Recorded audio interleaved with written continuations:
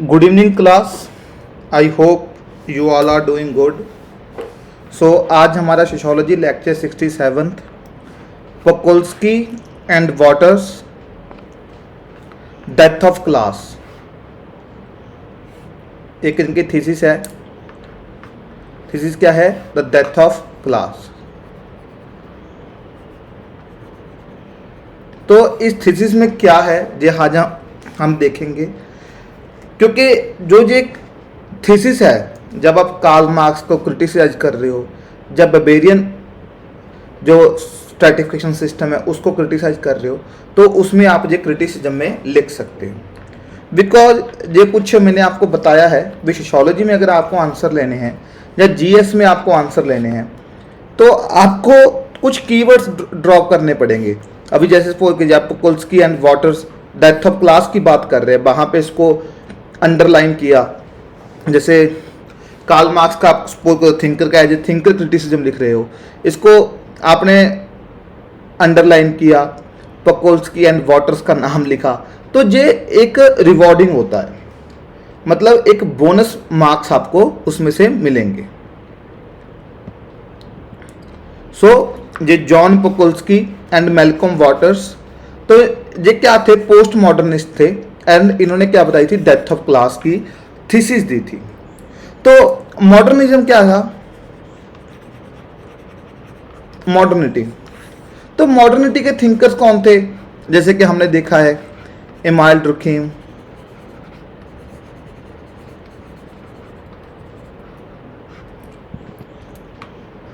डुर्खीम, Karl marks,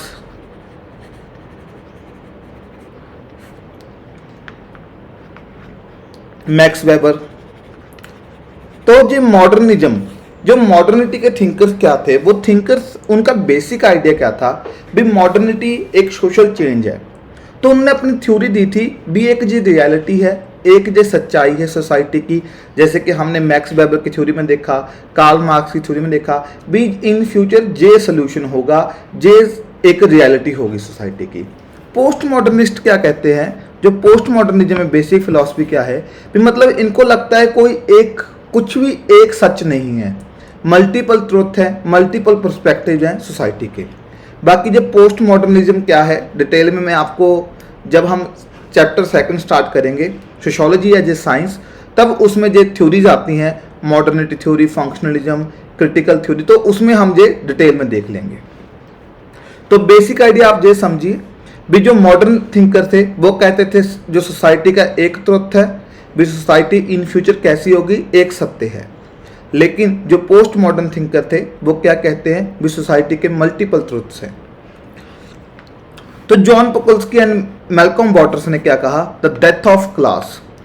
तो हमने देखा जैसे कि कार्ल मार्क्स, वो तो क्या कह रहा है, मतलब कार्ल मार्क्स अगर आप देखोगे, कार्ल मार्क्स की अगर आपने जो मैंने थिंकर्स में कार्ल मार्क्स में अच्छे से पढ़ाया है, जहाँ आपने देखा होगा स्ट्रैटिफिकेशन सिस्टम, तो जो कार्ल मार्क्स क्या कह रहा है, जो पूरी ह्यूमन हिस्ट्री है it is the fight between two classes. एक क्या है जो मतलब डोमिनेट कर रही है, एक सबऑर्डिनेट कर रही है, दो क्लासेज हैं. तो मतलब आप देखिए कार्ल मार्क्स की जो पूरी की पूरी जितना भी उन्होंने लिखा है वो किसके सेंट्रिक है? क्लास पे.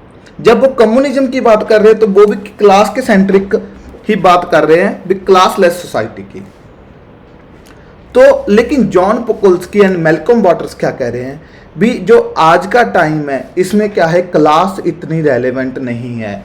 डेथ ऑफ क्लास भी आगे क्या होती थी? क्लास बेस्ड पॉलिटिक्स होती थी, क्लास बेस्ड पार्टीज होती थी. जैसे कि एक्चुअली अगर आप देखोगे जो यूरोप है वहाँ पे क्लास बेस्ड पार्टी होती थी. हमारे इंडिया में क्या है, 90s के बाद द कास्ट बेस्ड पार्टीज हुई, कास्ट बेस्ड पॉलिटिकल पार्टीज. हमने बहुत पार्टीज देखी, जैसे समाजवादी पार्टी, बहुजन समाज पार्टी, तो ये क्या थी? Caste based party. तो वो क्या है वो हम जब पेपर 2 में देखेंगे. तो जॉन पोकोल्स्की एंड मैल्कम वाटर्स कह रहे हैं भी जो क्लास है उसकी डेथ हो चुकी है. अब वो ऐसा क्यों बोल रहे हैं? वो कहते भी यानी कि अभी जो क्लास बेस्ड पॉलिटिक्स है वो कम हो गई, अब new gender, environment and ethno centred politics हो रही है। अगर आपने देखा होगा, मतलब जो अभी 2020 में जो बिडेन का इलेक्शन था, यूएस प्रेसिडेंट का इलेक्शन था, वो किसके बेसिस पे था? पेरिस एग्रीमेंट साइन करेंगे कि नहीं करेंगे,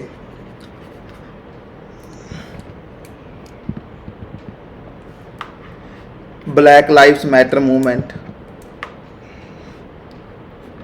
ब्लैक लाइव्स मैटर मूवमेंट।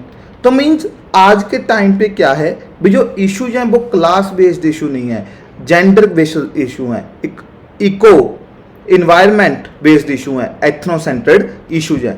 तो जो जॉन पोकोल्स्की एंड मैल्कॉम वाटर्स हैं, तो वो क्या कह रहे हैं, वे अब उन्होंने थीसिस दी सोसाइटी, वो कहते हैं जो सोसाइटी है, कैपिटलिस्ट सोसाइटी है, वो मल्टीपल फेजेस में इवॉल्व हुई। सबसे पहले कौन सी थी? Economic class society 19th century में। तो इसमें दो क्लासेज होती थी, प्रॉपर्टी ओनर्स एंड वर्कर्स। वो मैंने आपको बताया था, जैसे बुर्जुआजी, जैसे जिसको कार्ल मार्क्स ने बुर्जुआजी एंड प्रोलेटेरियंस बोला है। फिर ऑर्गेनाइज्ड क्लास सोसाइटी आई, first 75 years of 20th century. तो अब जहां पे कौन डोमिनेट था? Political bureaucrat elite. अगर आपने देखा होगा 1917 में रशियन रेवोल्यूशन हुई थी, तो आप देखोगे, और इसी टाइम क्या था? नाजीज्म का राइज था, फासिज्म। तो जहां पे क्या हुआ, जो ये सोसाइटी थी, तो जहां पे स्टेट ज्यादा स्ट्रांग हो गई थी, जहां पे जो क्लास थी वो ज्यादा मैटर नहीं करती थी, स्टेट मैटर करती थी। हमने नाजीज्म में देखा, फासिज्म में देखा। तो जहां पे क्या मैटर करती है? स्टेट। तो ये मालूम है, कई बार पूछ लेते हैं आपको 10 नंबर का क्वेश्चन, तो ताकि आप लिख सको उतना मैं आपको पढ़ा रहा हूं। थर्ड फेज क्या हुआ? स्टेटस कन्वेंशनल सोसाइटी, भी जहां पे स्टेटस में ज्यादा इंपॉर्टेंट है, भी जहां पे जो सिंबॉलिक पावर है वो ज्यादा इंपॉर्टेंट है। इसको ज्यादातर क्या बोलते हैं? Brand conscious society.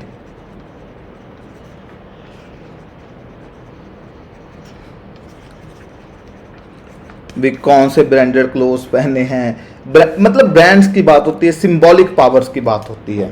क्योंकि अगर आप देखोगे जहाँ पे स्टेटस कन्वेंशन सोसाइटी में दो एग्जांपल्स भी दी हुई हैं, बहुत प्यारी एग्जांपल दी हुई हैं हॉर्लम्बस बुक में भी, जहाँ पे जैसे आप देखो स्टेटस भी, हाउस की क्या वैल्यू है वो मैटर नहीं करती, हाउस का डेकोर इंटीरियर कैसा है वो मैटर करता है। सेम वे में जहाँ पे जैसे मीडिया में लो पेइंग जॉब्स हैं लेकिन उसमें स्टेटस ज़्यादा है, वो ज़्यादा मैटर करती है as compare to high paying jobs में। कुछ लोग मीडिया में करते हैं, जैसे कि अभी आप देखते होंगे जो यूपीएससी की प्रिपरेशन करते हैं, तो मुझे कई बार क्या होता है, आईएम के जो ग्रेजुएट्स होते हैं अपना बढ़िया पैकेज छोड़ के आते हैं, भी उनको महीने की 4-5 लाख रुपए सैलरी मिलती है। और ऐसा हुआ है सच में भी, जिनको 4-5 लाख रुपए महीने की सैलरी मिलती थी, एमबीए की हुई थी बढ़िया कॉलेजेस से, आईएम अहमदाबाद से, लेकिन वो यूपीएससी की तैयारी की तो यूपीएससी में आए। तो जहाँ पे क्या है? The symbolic power. तो स्टेटस कन्वेंशनल सोसाइटीज। तो अभी जो स्टेटस कन्वेंशनल सोसाइटीज है, तो जहाँ पे मैल्कम वाटर्स क्या कह रहे हैं भी, क्लास नहीं मैटर करती, जहाँ पे क्या मैटर करता है? Status.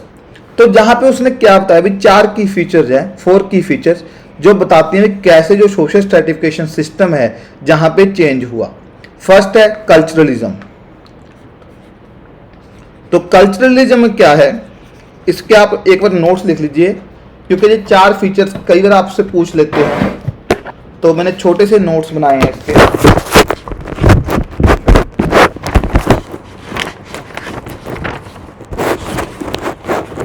Stratification based on lifestyles, material and power phenomena are reducible to symbolic manifested lifestyles। तो जहां पे लाइफस्टाइल किस पे है? सिंबॉलिक पावर पे, सिंबॉलिक चीजों पे। फ्रेगमेंटेशन, जहां पे आप देखोगे भी जो ग्रुप्स हैं वो एक पर्टिकुलर क्लास के साथ नहीं कनेक्ट हुए हुए इन द कॉन्टेम्प्रेरी टाइम्स, मैं आज के टाइम की बात कर रहा हूं, वो मल्टीपल ग्रुप्स में डिवाइड हो रखे हैं। तो फ्रेगमेंटेशन के अंदर लिख लीजिए, in this new type of society people have different status based on their membership of different groups and different patterns of consumption. तो डिफरेंट डिफरेंट ग्रुप्स के साथ अपने आप को वो अटैच देखते हैं। ऑटोनोमाइजेशन मतलब जहां पे इंडिविजुअल की क्या प्रेफरेंसेस हैं वो ज़्यादा मैटर करती हैं एज कंपेयर टू उसका क्लास स्टेटस क्या है, भी वो सब चीज़ें नहीं करती। Individual have become more autonomous and independent in their values and behaviour. आगे क्या होता था भी भाई तू इस क्लास में है तो तेरा बिहेवियर ऐसा होना चाहिए, लेकिन आज के टाइम पे क्या है, the individuals are more powerful.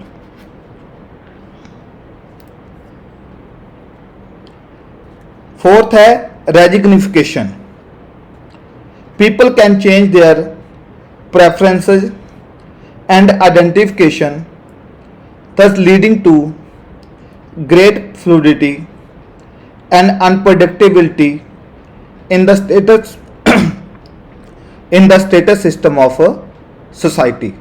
तो रेजिग्निफिकेशन जहाँ पे पीपल क्या है अपनी प्रेफरेंस चेंज कर रहे हैं, आइडेंटिफिकेशन चेंज कर रहे हैं, बहुत ज़्यादा अनप्रेडिक्टेबल है। अभी एक आपको छोटी सी एग्जांपल देता हूँ मैं, जे जहाँ पे अर्लियर 1950s में जो फैशन होता था बेल बॉटम्स का,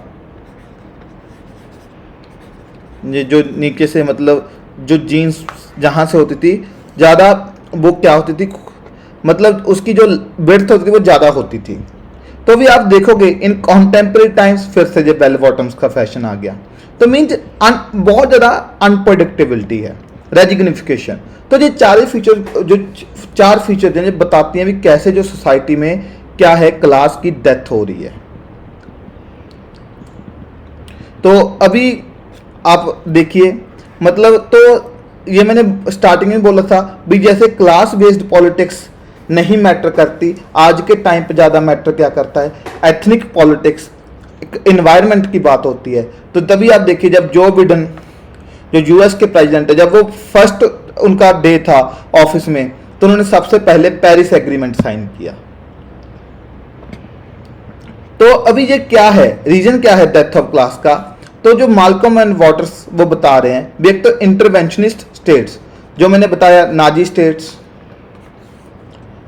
यूएसएसआर में जो एक कम्युनिस्ट स्टेट आई थी सोवियत यूनियन में ड्यूरिंग रशियन रेवोल्यूशन। तो इन्होंने क्या है जो बहुत ज़्यादा इन्होंने इंटरवीन किया, यानी इंडस्ट्री में इंटरवीन किया, जबकि आपने देखा होगा जो मीन्स ऑफ प्रोडक्शन हैं वो ज़्यादातर कौन कंट्रोल करती, स्टेट कंट्रोल करती थी। हमारे इंडिया में भी 1991 के एलपीजी रिफॉर्म से पहले जो मीन्स ऑफ प्रोडक्शन थे वो कौन करता था कंट्रोल, स्टेट कंट्रोल करती थी। इसी स्टेट को आपने देखा होगा न्यू क्लास भी बोला था, न्यू क्लास। उसके बाद वेलफेयर स्टेट्स आई, यूनियंस हुई, मतलब यूनियन आगे क्या होता था, वर्कर्स की बातें करने लगी, वेलफेयर स्टेट्स ने वर्कर्स के लिए अच्छा काम किया, तो क्लास इतनी रेलेवेंट नहीं रही। और नेक्स्ट क्या है, ग्लोबलाइजेशन। अभी ग्लोबलाइजेशन में क्या है, एक नेशन दूसरी नेशन को एक्सप्लॉइट कर रही है। तो जहां पे मतलब जो एक बिजनेसमैन एक वर्कर को एक्सप्लॉइट कर रहा है वो ज़्यादा मैटर नहीं करता, एक नेशन दूसरी नेशन को एक्सप्लॉइट कर रही है ये ज़्यादा मैटर करता है, और यही ज़्यादा पॉलिटिक्स में होता है। आपने देखा होगा मालदीव्स में जो अर्लियर गवर्नमेंट थी वो चाइना के काफ़ी फेवर में थी, लेकिन लोगों को पता था भी चाइना एक्सप्लॉइट करेगा मालदीव्स को, तो आपने देखा होगा वहां पे गवर्नमेंट चेंज हो गई थी। तो जहां पे नेशंस की एक्सप्लॉइटेशन की बात होती है, तो इस सब में क्या बताया भी डेथ ऑफ क्लास कैसे हुई है 21st सेंचुरी में, भी क्लास की डेथ, भी क्लास क्यों रेलेवेंट नहीं है।